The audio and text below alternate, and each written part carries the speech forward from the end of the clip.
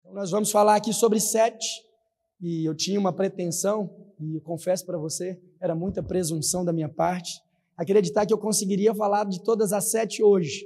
Não consegui. Para falar da metade hoje, metade no domingo que vem, ficava muito corrido.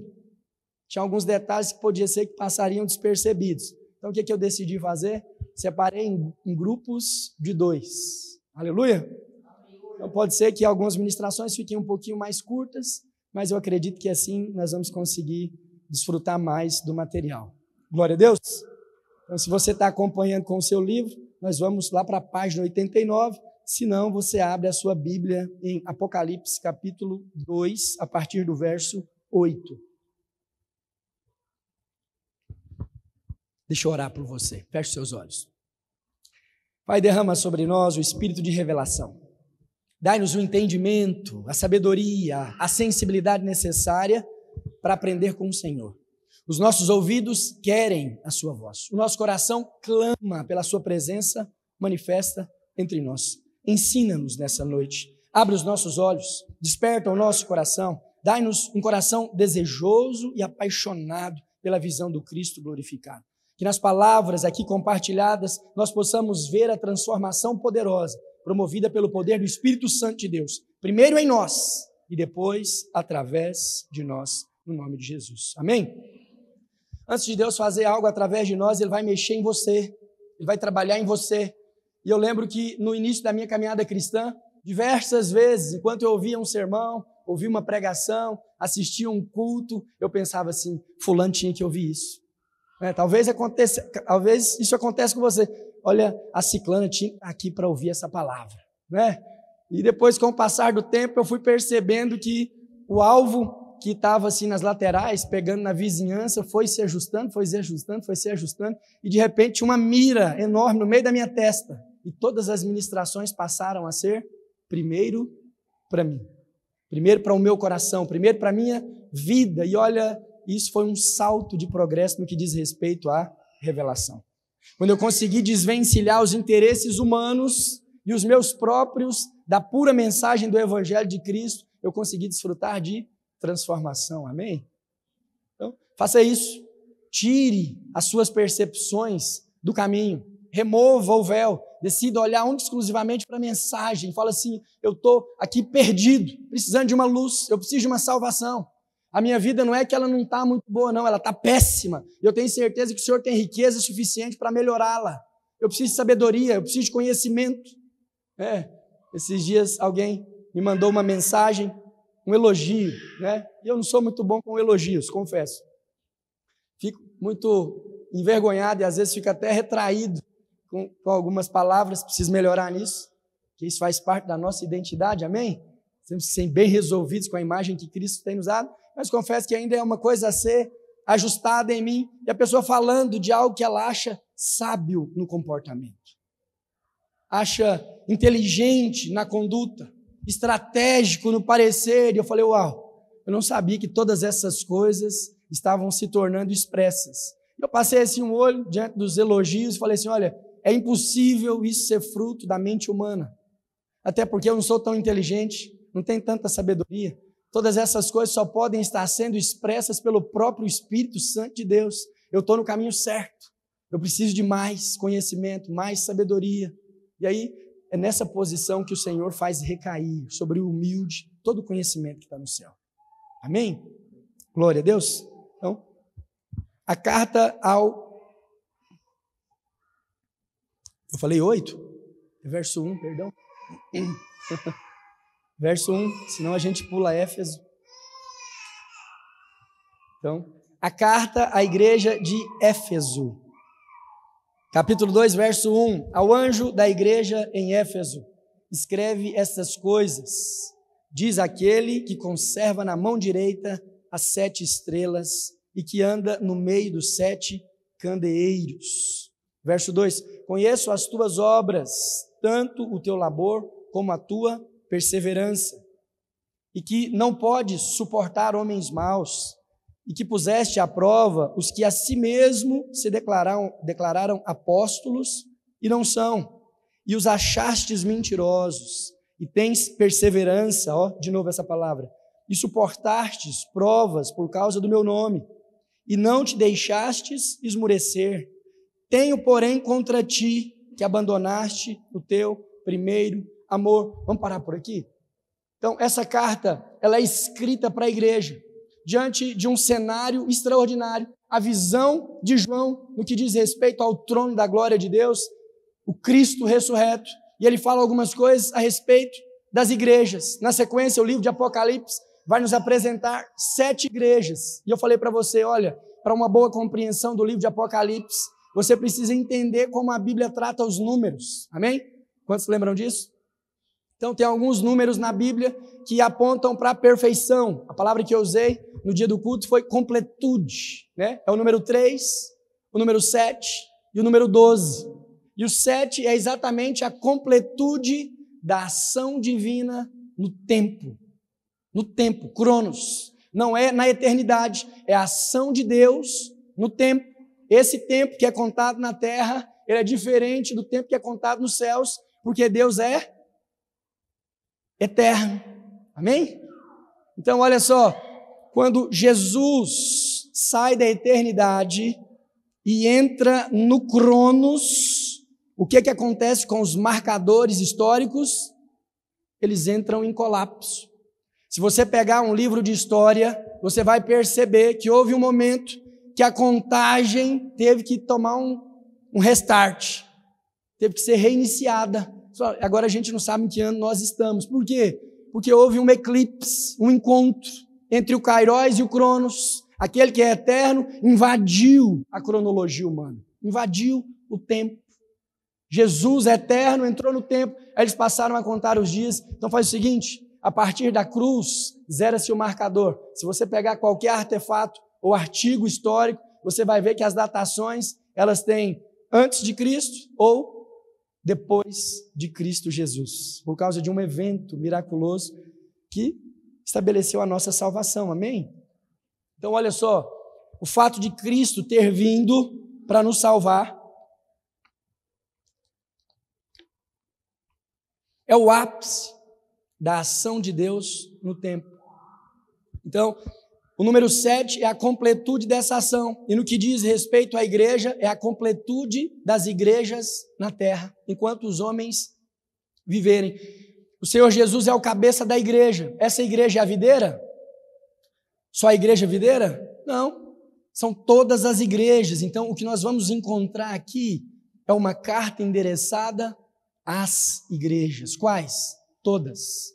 As igrejas boas e as igrejas ruins, as igrejas corruptas e as igrejas corretas, as igrejas pentecostais, neopentecostais, tradicionais, presbiterianas, batistas e as videiras também.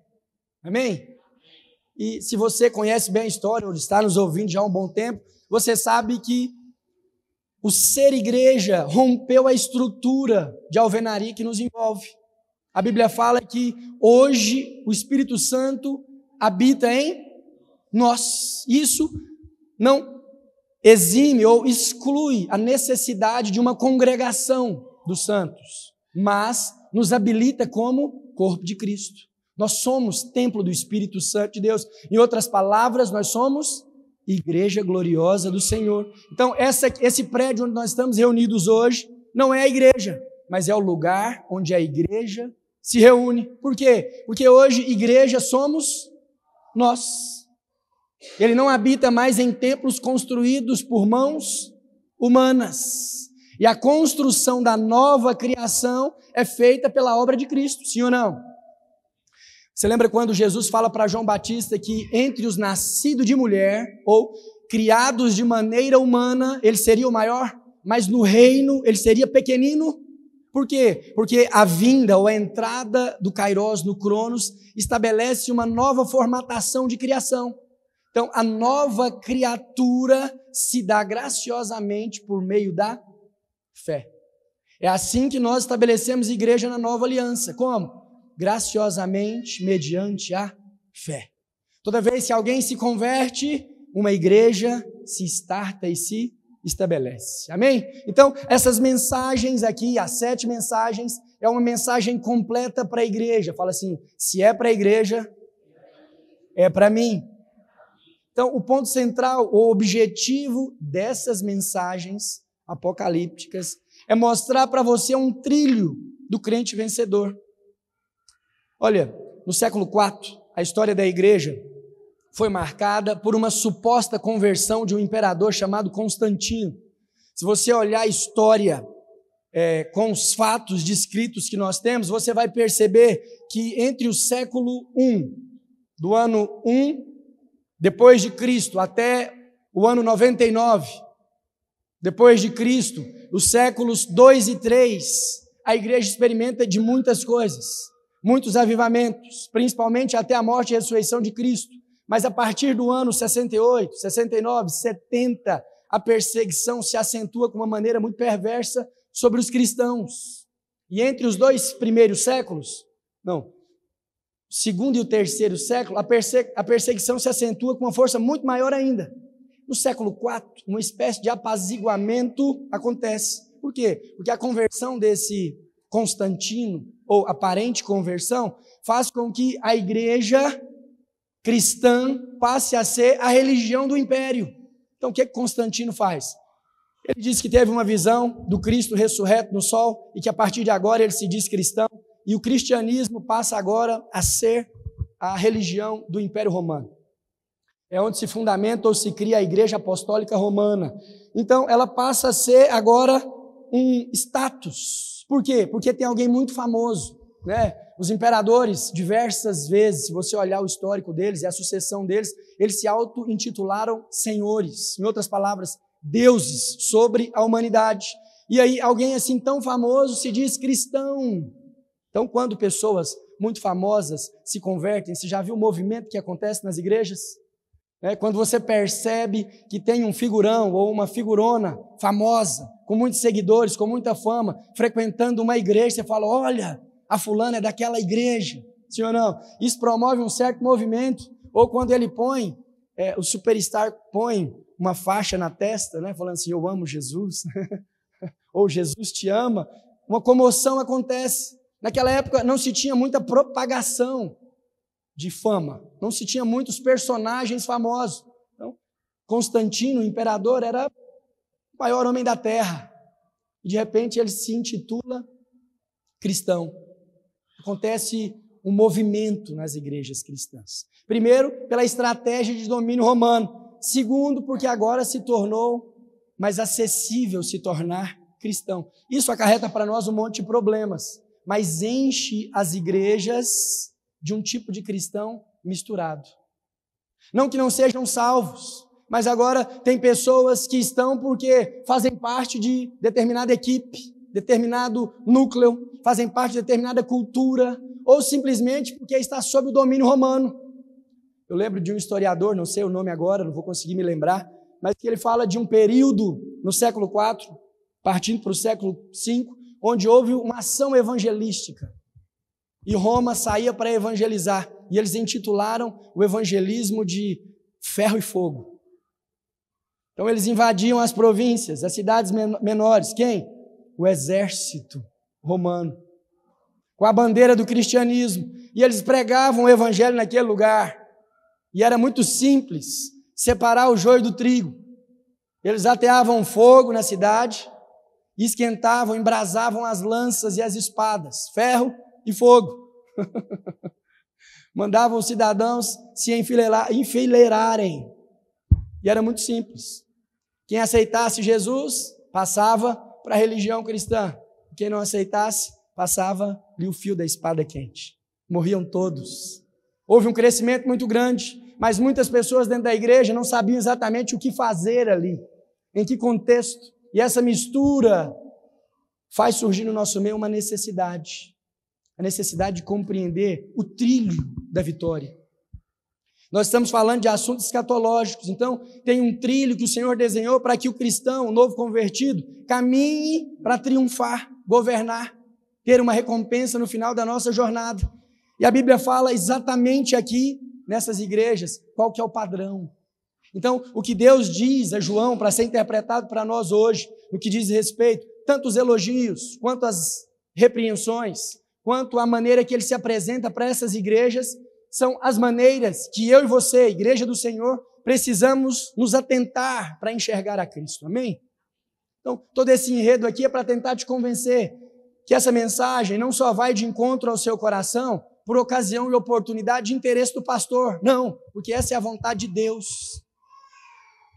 O anjo recebeu essa mensagem na igreja para trilhar um caminho. Então você vai ver que de todos os detalhes que envolvem as características de apresentação do anjo à igreja e as suas exortações, todas têm um pouquinho de nós. Tem um pouquinho de Fábio, tem um pouquinho de Mateus, tem um pouquinho de Maria, tem um pouquinho de Daiane, tem um pouquinho de Arthur. E alguns elogios também vão bem a calhar em nós. E qual que é o intuito disso? Revelar para nós o Deus do dia a dia. O que se espera fazer? Qual que é o propósito de Deus para nós? Qual que é a conduta? Talvez nunca tivemos no nosso meio tantas pessoas, eu nem falo tantos escândalos, porque eu não fico assustado com o pecado. Conheço muito bem, é a minha origem, foi de onde eu vim. Eu me assusto mais com a santidade. Quando eu vejo alguém muito santo, eu já fico com o pé atrás, acho santo demais, espiritual demais. Será que está certo mesmo? Nunca tinha visto nada desse jeito. Mas eu não me assusto com as degradações. As pessoas perversas estão fazendo segundo a sua atitude, segundo o seu comportamento. Mas quando eu vejo coisas contrárias, eu me preocupo um pouco. Porque às vezes nós nos posicionamos como quem não tem mais o que aprender. E isso faz de nós crentes salvos, mas não praticantes da salvação. Não como aqueles que aspiram uma recompensa, mas como aqueles que já receberam algo da parte de Deus, como se não tivesse nada em jogo no que diz respeito à obra de Deus no nosso meio, amém? Então essas cartas aqui, elas podem muito bem ser interpretadas somente com um aspecto histórico. Por quê? Porque quando elas são escritas por João no primeiro século, elas apontam especificamente para as igrejas do primeiro século. E, historicamente, haviam necessidades literais nessas igrejas. Hoje nós vamos falar de Éfeso e Esmirna. Então, essas duas igrejas existiam com problemas semelhantes. Então, um dos aspectos de você ler essas cartas, estudar essas cartas, orar a respeito desse assunto, é a compreensão histórica. Então, verdadeiramente, essas igrejas existiram no primeiro século. Tinham características assim no primeiro século. Mas um outro contexto é você perceber que o Senhor falou coisas específicas a essas igrejas, as 7, para que isso fosse tomado como referência para as igrejas que surgiriam. Então, são pelo menos 2 aspectos iniciais. O primeiro é o aspecto histórico, o fato delas terem existido historicamente. O segundo é o fato dessas 7 igrejas terem sido tomadas por referência, exemplo. Então, as exortações que são feitas para Éfeso são também as exortações que são feitas para Vinícius. São feitas para a videira corporativa? Sim, mas olha, tira os membros, o que resta do pastor? Tira a congregação, tira o rebanho, fica com a estrutura, não sobra nada. Então a igreja é o rebanho, você é templo do Espírito Santo. Então olha só, o que é dito aqui é modelo e referência para o cristão, para o Filho de Deus, para aqueles que aspiram a uma recompensa, amém? E o terceiro aspecto, que é o que certamente eu vou falar mais com você, é o aspecto profético, aleluia, das coisas que hão de se consumar. Elas vão sim nos exortar para um caminho futuro, para os próximos dias, revelando para mim e para você o Deus diário, o Deus aplicável, aquilo que se espera que você faça como igreja gloriosa do Senhor, amém? Então vamos lá, verso 1. A Bíblia diz o seguinte, outra coisa, eu estou vendo algumas pessoas com o livro. O livro, essas cartas, elas têm todas uma estrutura. Então, se você lê as 7, você vai perceber que primeiro, Jesus se apresenta para a igreja, depois ele faz ou elogios, ou exortações, ou nenhum nem outro, ou só um, e depois ele fala diretamente ao vencedor, diretamente à igreja. Ele fala de recompensa, ele fala de retratação, ele fala alguma coisa assim na direção dele. Então, a igreja de Éfeso, primeiro, ela recebe uma apresentação e diz assim, ó, Ao anjo da igreja em Éfeso escreve essas coisas. Diz aquele que conserva na mão direita 7 estrelas e que anda no meio dos 7 candeeiros de ouro. Essa é a apresentação. Quem está falando com a igreja? Ele não fala que é Deus só literalmente, nem que é só Jesus, nem que é só o Cristo glorificado que havia sido descrito nos versos anteriores, que vocês compartilharam na célula essa semana, a visão do Cristo glorificado. Ele fala especificamente aquele que conserva na mão esquerda, na mão dos outros, não, na própria mão direita, né?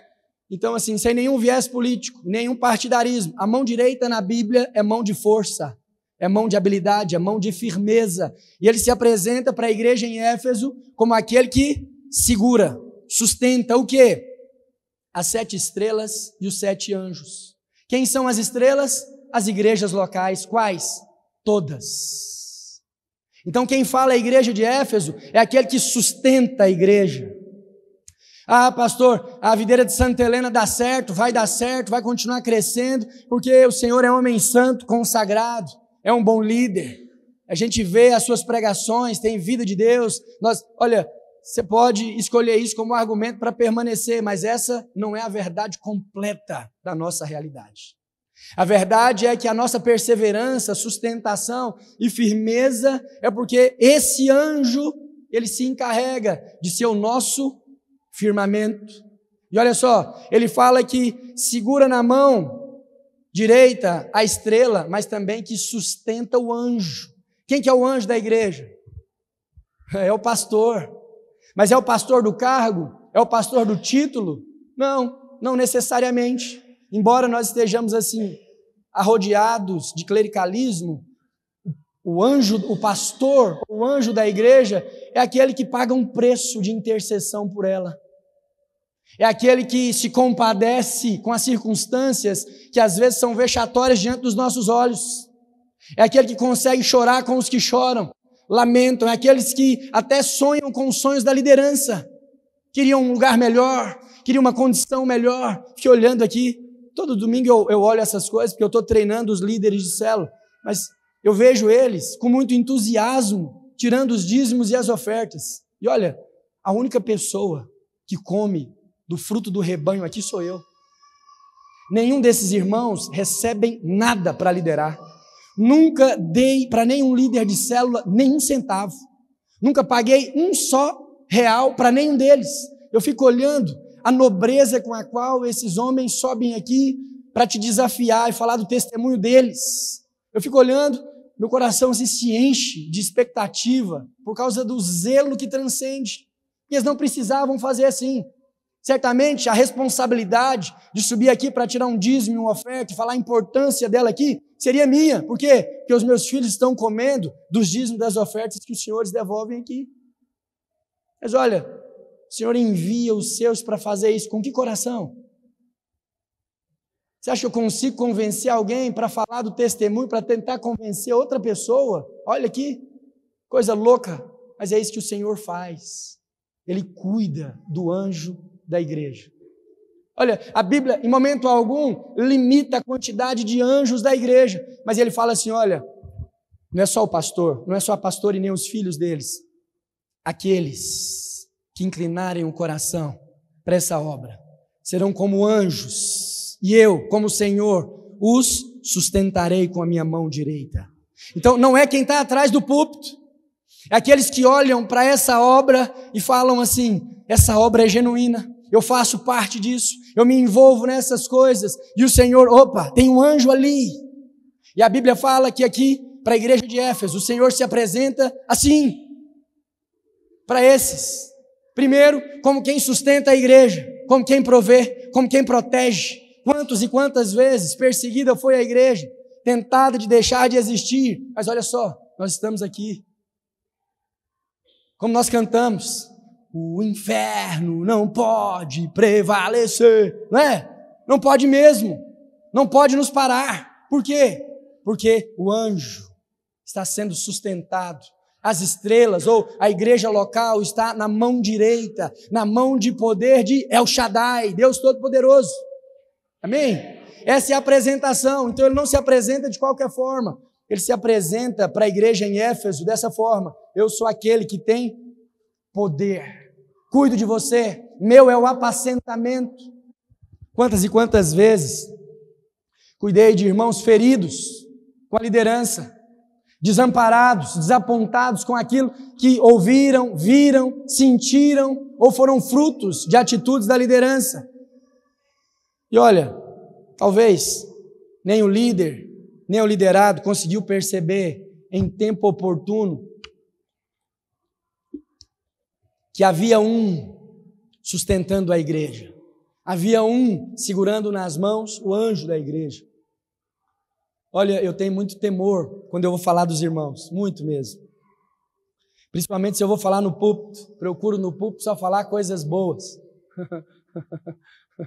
Talvez para os líderes de célula seja mais difícil acreditar nos meus elogios, mas eu fico feliz porque a igreja acredita 100%.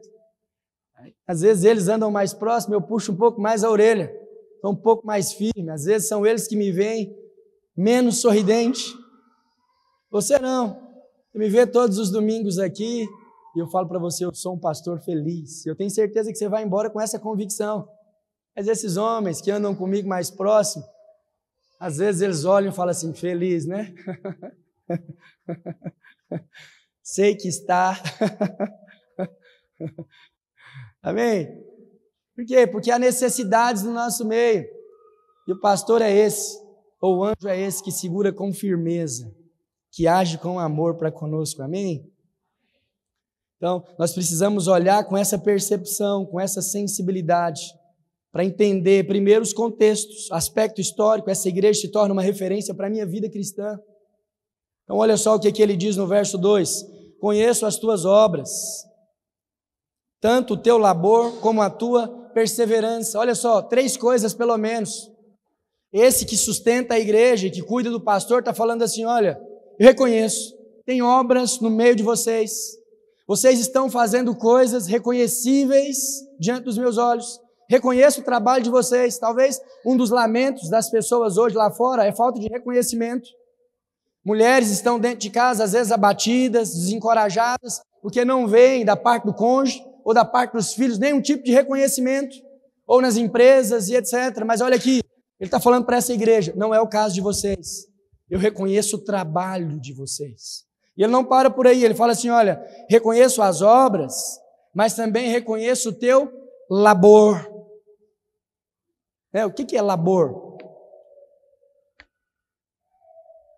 É o que dá origem para a palavra labutar. E qual que é a diferença de trabalho ou obra para o labor? Se você olhar depois o significado da palavra labor, você vai perceber que o labor é um trabalho que envolve um pouco mais de intensidade.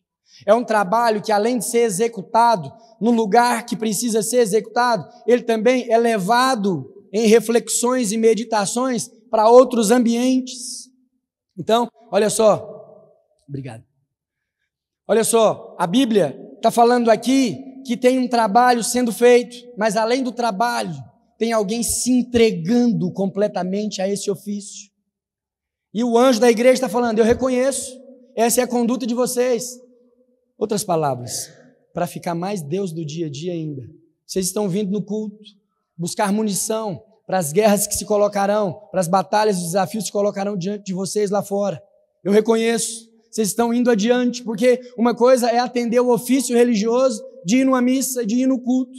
Outra coisa é você pegar essa mensagem como munição, você se carregar ou encher o seu coração dessa verdade e decidir agora que esse será o seu estilo de vida. Ele está falando, olha, eu reconheço que no meio de vocês tem obras.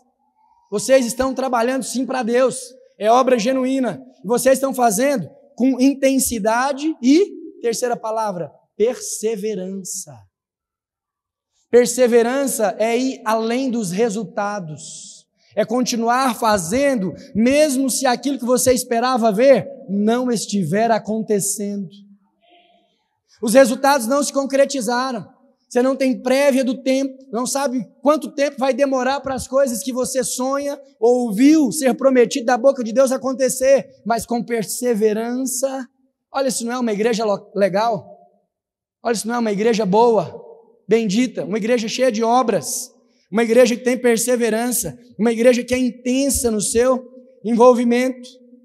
E ele continua dizendo,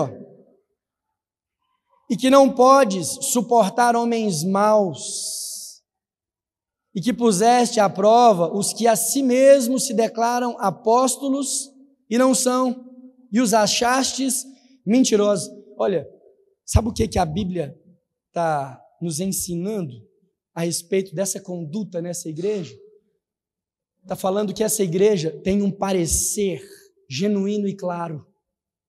Essa igreja aqui não é a igreja da reputação. Olha, eu tenho certeza que você vai se identificar com isso.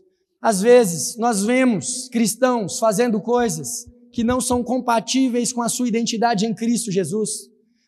Nós não conseguimos ver a expressão de Cristo em algumas falas, em alguns comportamentos, porque são maledicentes, facciosos, são rebeldes, insubmissos. E aí, o que nós fazemos? Nós vestimos uma couraça, nos apresentamos como se nada tivesse acontecendo, e depois nos portamos aqui como igreja, só que fazendo de conta que somos algo que não somos. Mas agora, a igreja de Éfeso não compactuava de aspectos assim. Aqui o Senhor está falando, eu conheço as tuas obras e o teu labor, que não pode suportar homens maus. Então, a atitude ruim encontrava na igreja de Éfeso combate, um posicionamento firme.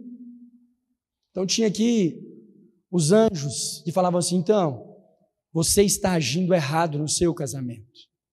Não é o que se espera que faça. Essa não é a conduta de um cristão genuíno. Esse não é o amor que se espera. Isso não é o que você deveria estar fazendo. Os irmãos conseguem entender? Eu tenho certeza que às vezes você, encabeçando alguma atividade, alguma coisa, você preferiu não falar algumas coisas para evitar algum tipo de constrangimento. O que vão pensar? Ontem, não vou fazer isso para expor ninguém, até porque o maior exposto sou eu, mas meu filho, no meio da festa aqui, no nosso arraiá, ele esbarrou, foi um acidente, e derrubou o latão de lixo. E caiu. E eu fiquei olhando para ver qual que seria o comportamento dele. Por quê? Porque eu tenho uma expectativa no comportamento dele. Eu quero que ele deixe os lugares que ele frequentar melhor do que o lugar que ele encontra. Eu quero que ele haja do jeito que eu espero. E eu fiquei olhando para ele. E qual que seria a conduta? Ele começou a olhar, ficar meio perdido. E eu vi que foi sem querer, não tem problema.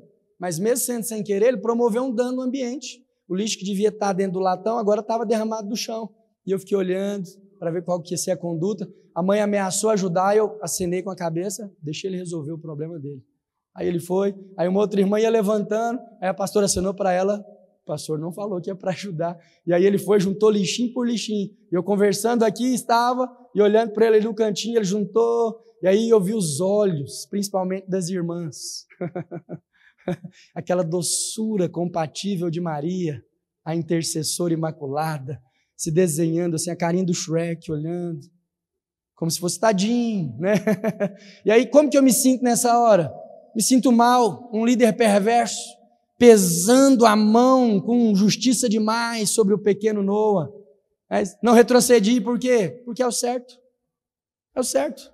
Em outros lugares, ou quando o papai faltar, não vai ter quem passe a mão na cabeça.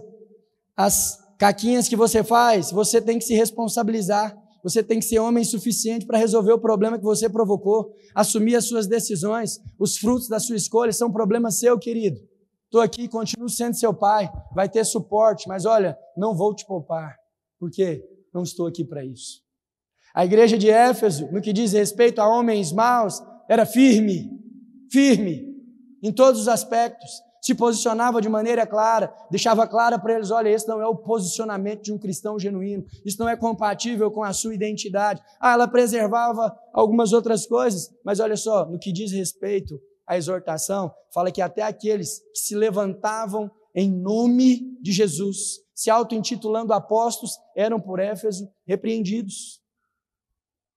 Em outras palavras, lava sua boca antes de referir essas palavras, principalmente em nome do Senhor. Então, ela ganha aqui alguns elogios. Vamos continuar lendo? Diz assim, o verso 13, verso 3. E tens perseverança. Não, deixa eu voltar aqui um pouquinho. E que puseste à prova os que a si mesmos se declaram apóstolos e não são. E achastes mentirosos. Olha a conduta, achar mentiroso. Então, você acha que o anjo aqui estava vigiando os irmãos? Estava vigiando? Mas os irmãos estavam sendo surpreendidos. Né? Ser achado é ser pego em flagrante. Então, quer dizer, tinha vigilância. Olha, era uma igreja de obras reconhecidas por Deus, era uma igreja de trabalho árduo, intensidade, envolvimento. Os irmãos vestiam a camisa, era uma igreja que repreendia o má comportamento, ou o comportamento pecaminoso, repreendia os falsos mestres, e era uma igreja também que vigiava a conduta, olhava a ação, né? Já pensou se seu pastor começasse agora a seguir você no Instagram?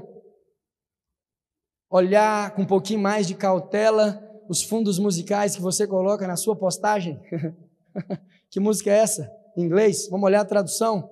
Olhar um pouquinho das suas companhias, com quem você está andando, o que você está comendo, o que você está bebendo, como você tem se relacionado. Olha, a Bíblia fala que essa igreja carregava em si esse zelo.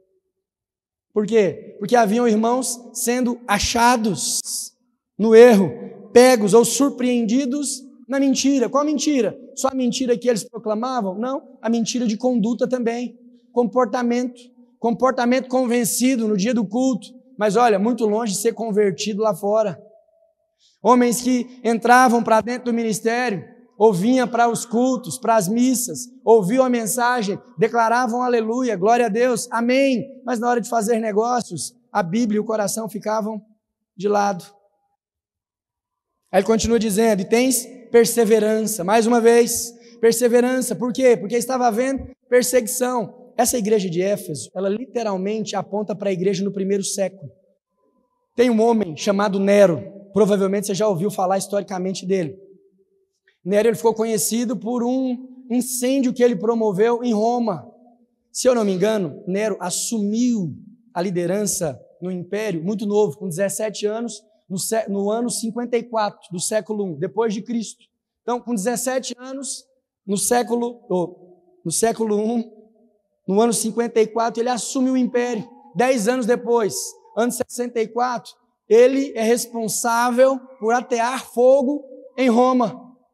O final dele é trágico. Por quê? Porque no ano 68, ele dá cabo da própria vida. Mas olha só, ele promove muitas coisas perversas no que diz respeito aos cristãos. E ele é como que um preparador de caminho para o que vai acontecer no ano 70, que a Bíblia reconhece e a história também acentua que foi a maior dispersão que o povo de Deus já experimentou. Chama-se diáspora. Os cristãos foram esparramados, perseguidos, até a queda do templo de Jerusalém. Então tudo isso foi encabeçado. Essa igreja está plantada nesse cenário de muita perseguição, de muitas pessoas vindo buscar os cristãos, não só para repreendê-los no que diz respeito ao ensino, não só para debater doutrinas, mas olha, historiadores contam que, dado a devastação do incêndio promovido por Nero, Roma ficou muito escura, e ele mandou que confeccionassem postes de madeira e fossem postos em Roma, para todo lado, e ele ateava fogo nos cristãos, e os penduravam para iluminar a metrópole, a grande Roma.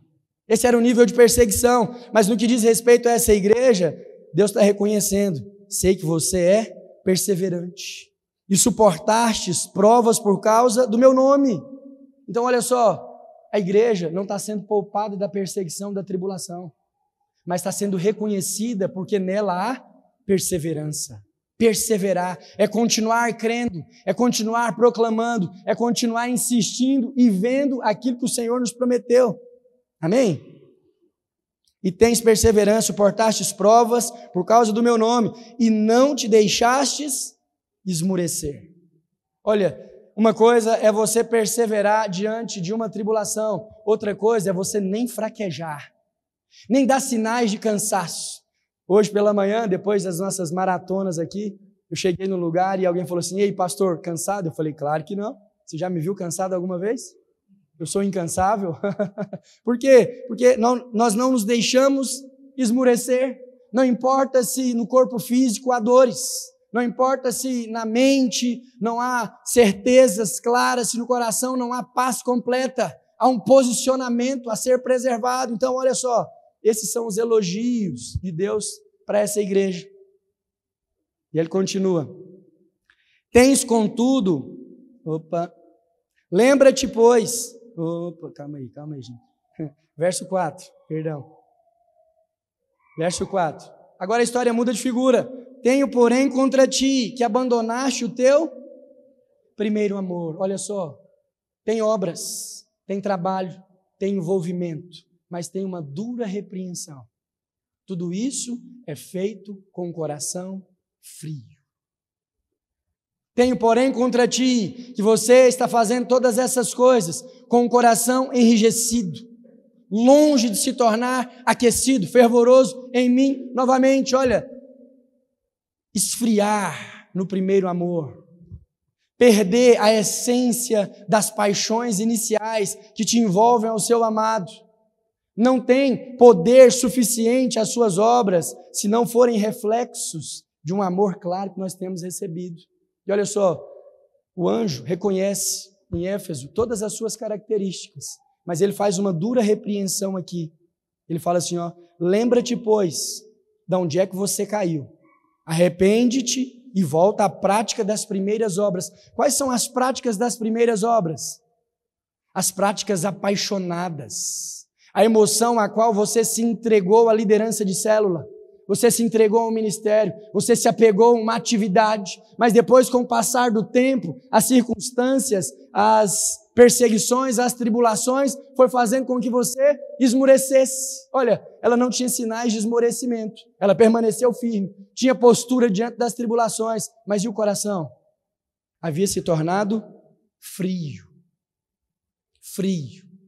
Então, eu e você, como igreja gloriosa do Senhor, nós precisamos cuidar das obras, perseverar nos posicionamentos, ser intenso no trabalho, mas olha, tudo isso precisa ser feito com o coração incendiado, apaixonado pelo noivo. Amém? Lembra-te, pois, de onde caíste, arrepende, volte à prática das primeiras obras, e se não, venho a ti e moverei do seu lugar o teu candeeiro. Olha, o candeeiro é o suporte onde fica a luz. Ele está falando, olha, não importa quais sejam as obras, nem a excelência do seu trabalho, se você não voltar às práticas apaixonadas, se você não voltar a se emocionar com a minha presença, a desejar os meus caminhos, a conhecer os meus caminhos e a minha vontade, de nada vale. Eu virei contra ti e recolherei, ou tomarei de ti o candeeiro. Então, olha só, se o candeeiro que aponta para a igreja local for removido, não tem onde a luz repousar. É uma igreja que vai trabalhar muito. É uma igreja que vai ser intensa naquilo que faz. É uma igreja que vai repreender as coisas erradas. Vai ter uma boa conduta moral. Só tem um problema. Vai caminhar em trevas, se não cuidar do coração. Vai caminhar em trevas, se não cuidar do coração. As primeiras obras não são as obras que você faz. As primeiras obras, também aqui na tradução original, podem ser as melhores obras. Olha, não tem boas obras ou melhores obras de homens ruins, de natureza caída. Então, as boas práticas, ou as práticas iniciais de amor genuíno, são as práticas que te encantaram quando você entrou pelos portais da salvação. Retomar o entusiasmo das boas obras e viver com o coração aquecido faz com que eu e você nos responsabilizemos de olhar para as melhores obras. Em outras palavras, para as obras de Cristo Jesus.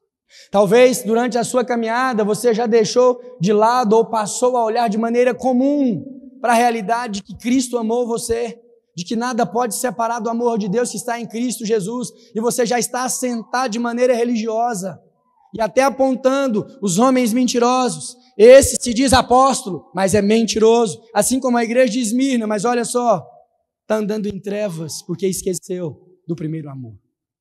O apelo para essa igreja, a exortação, é para que ele volte, arrepende. Onde? No lugar que você caiu. O que aconteceu que te roubou a paixão? O que te arrancou o anelo desejoso da volta? O que fez? O que aconteceu com você que você parou de se emocionar nos louvores? Esses dias eu estava em uma conferência com um pastor que me treinou, me discipulou durante muitos anos. E nós ouvíamos um relato de um outro pastor, numa cidade do interior aqui na nossa região, e ele ia contando, e na medida que ele ia contando o testemunho, as lutas e os desafios, eu na minha mente ia acumulando coisas que se eu fosse ele, eu faria. Eu fiquei olhando, pai, se ele não podia deixar isso acontecer, ele tinha que corrigir isso. E fui acumulando aquelas coisas, se fosse lá em Santa Helena eu faria assim, se fosse no meu ministério eu agiria assado, faria dessa forma.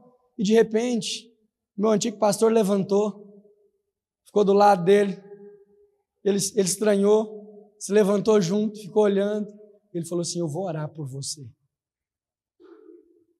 Vou orar por você.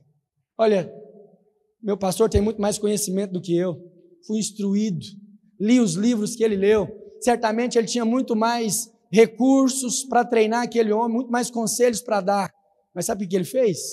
Ele orou. Ele começou a orar diante de uma mesa de café da manhã, emocionado, chorando, e uma chama foi ardendo no meu coração, porque de nada vale o conhecimento, a sabedoria, a disposição para o trabalho, se o seu coração estiver frio. A luz some, não é por falta de trabalho, não é por causa de conduta moral reprovável, a luz some do nosso meio, não é porque você é ou não é alguma coisa, é porque você esqueceu o quanto você é amado. Na medida que você olha e vê a quantidade de amor que está sendo dispensado do trono sobre a sua vida, a paixão é renovada. Alguém apaixonado não tem outro assunto. Alguém apaixonado fala do alvo da paixão, fala que ele está vindo, fala que ele cuida, fala que ele é presente, que ele é supridor, fala que ele está com você nas mãos. Por quê? Porque o coração está cheio dessa realidade, amém? Queria falar de duas, mas pelo jeito não vai dar tempo. Marquei tão pouca coisa, falei assim, vai dar certo. Verso 7. Quem tem ouvidos ouça o que o Espírito diz às igrejas. Ao vencedor dar-lhe-ei que se alimente da árvore da vida, que se encontra no paraíso de Deus. Olha só. Ele se apresenta como aquele que sustenta a igreja, cuida dos seus líderes, cuida dos seus pastores. Ele reconhece o trabalho dessa igreja, faz as exortações, deixa um apelo importante, olha, resolve isso, volta aos caminhos que você caiu, abandonaste o primeiro amor. Olha, eu lembro de uma vez fazer algo que hoje eu até acho meio louco, mas eu fiz. Eu peguei 2 banquinhos, entrei para dentro de uma salinha pequenininha, na casa que nós morávamos em Aparecida de Goiânia. Eu sentei de um lado, fechei a porta e falei, Espírito Santo, o senhor pode sentar aqui que nós vamos conversar. Foi uma das experiências mais marcantes da minha vida. Sabe o que é aquele constrangimento de você estar diante de uma autoridade maior do que você? Eu olhava para aquele banco vazio e tinha vergonha do que eu ia falar. Eu não sabia como começar aquela conversa. E eu fui sendo tomado naquela hora de uma certeza, ele está aqui. Uma certeza, eu não ouvia voz, não ouvia nada, eu olhava para aquela cadeira vazia, e ele falava assim, você não queria conversar, filho? Eu vim, pode falar, abre o seu coração,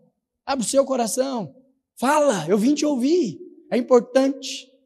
E eu relutava dentro de mim, mas o senhor já sabe. Eu falei, mas eu quero ouvir dos seus lábios, eu quero ver a sua interpretação, quero ver com os seus olhos, fala, eu vim te ouvir. Olha, nunca mais aquela cadeira ficou vazia. Todos os dias eu me assento e falo, senta aqui, vamos conversar. E sabe do que eu me lembro? Estou aqui, pode falar, eu quero te ouvir. Sabe o que acontece com o coração? Vai se enchendo de certeza e de convicção de que Ele está cuidando, sustentando, dando direção, mas também está promovendo luz para a nossa caminhada, amém? Olha o prêmio, olha qual que é a recompensa para esse vencedor, uma concessão. ele vai se alimentar da árvore da vida. Onde que se menciona a árvore da vida? Onde que se menciona a árvore da vida? No Éden. Gênesis capítulo 3, a Bíblia fala que o casal caiu e por ter caído foram expulsos do jardim de delícias. Ao vencedor será retomado ou devolvido o acesso para o lugar de deleite. E principalmente o acesso às obras originais, as primeiras. A vontade de Deus era que o homem e sua mulher comessem daquela árvore. Eles falharam, mas ao vencedor voltarei com eles no cenário da queda, mostrarei os primeiros planos, os planos iniciais, como que tudo começou e aquilo que eu tinha sonhado desde o princípio para a vida dele. Aleluia!